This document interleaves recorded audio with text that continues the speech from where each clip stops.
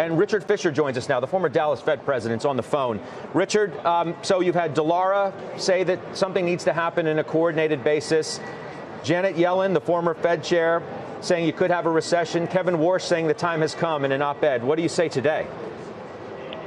Well, with regard to Kevin, there's an audience of one for that op-ed, and that is the President of the United States. I think he's looking to possibly be the next chair when Mr. Powell's not reappointed in 2022. So I understand his perspective. And is he right, though? I know why you say that. You've said it before, but is he right? High regard for Charles Delara and an enormously high regard for Janet, just to make the record clear. So here's the point. Rates have dropped across the yield curve. This is what drives businesses and gives them confidence in terms of having accommodative fixed income markets to issue debt. And every CFO I know, including on the companies that I serve, are taking advantages in one way or another. So as far as having the incentive to borrow and even engage in CapEx, it has increased, not decreased, with the fixed income market movements. Secondly, if you look across the commodity spectrum, everything but soybeans is down and has been down, and that indicates there might be some weaknesses, although you have to understand that that's a global market, and of course it's affected by China and whatever hints of recession may be coming in Germany and elsewhere and Australia and so on. But the question is, what will it do for real operating businesses that are the job makers and creators in America? So that's one question. Is it worth moving on Fed funds, again, when rates have come down across the yield curve and the cost of business borrowing and access to credit is still very high, and in fact has improved.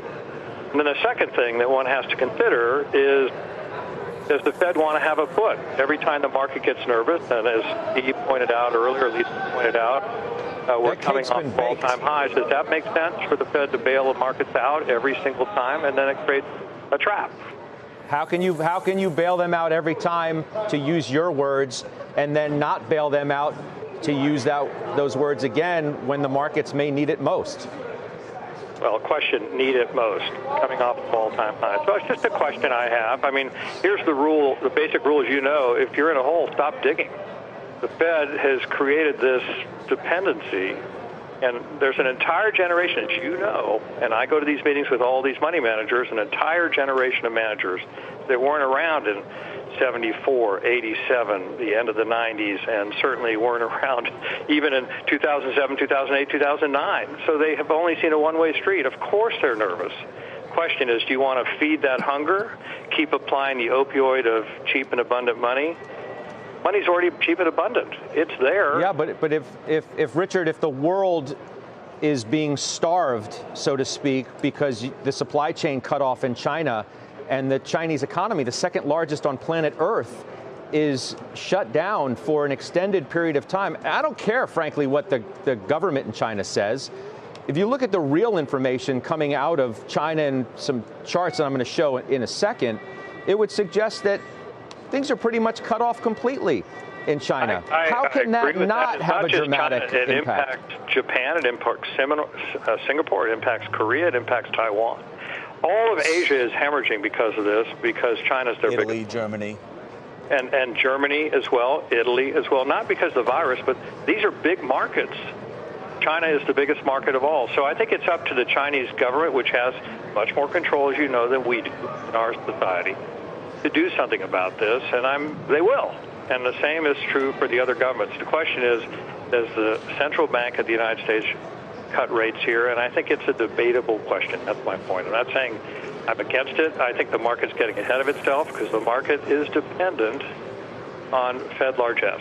And we made it that way with the programs that I was part of undertaking, and I think we have to consider whether you want to continue to feed the market in this way, or is there a nicer way, say through a statement rather than action, to wean the market from dependency on a Fed foot.